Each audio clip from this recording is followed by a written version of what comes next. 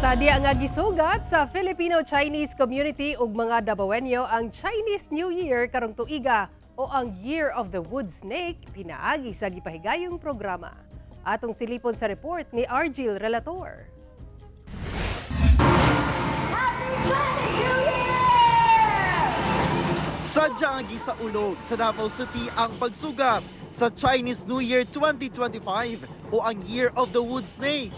Gipahigayon kini sa Rizal Park ng gitambungan sa Filipino-Chinese community, mga opisyal sa Davao City Chinatown Development Council, City Government of Davao, Consul General of the People's Republic of China in Davao ug mga Davaoenyo. Nahimong mas bibo ang programa sa performance sa Dragon ug Lion Dancers. Gipasundayag sab ang traditional Chinese dances nga gi-perform sa mga estudyante sa nagkanaiyang Chinese school sa syudad. Ug dunay song performance.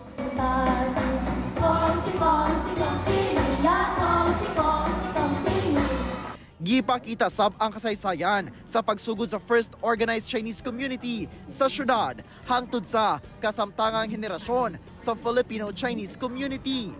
Mihatag sab og mensahe ang mga opisyal sa tulo ka international sister cities sa Davao City sa China. Sa pagsugod sa Year of the Snake, sumala ni Consul General Zhao Shuzhen sa Consulate General of the People's Republic of China in Davao. Sa China, ginasimbolo sa snake ang kaalam ug kakayahan nga makiangay.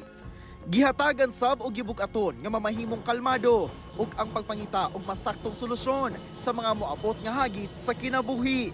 The Spring Festival carries on the concept of peace, amity, and harmony, as well as common values of all mankind, such as family harmony, social inclusion, and human and natural coexistence. We welcome the Year of the Wood Snake. Like its inherent nature of shedding, we too should embrace transformation, welcome new beginnings, and resolutely pursue our goals and aspirations for the year.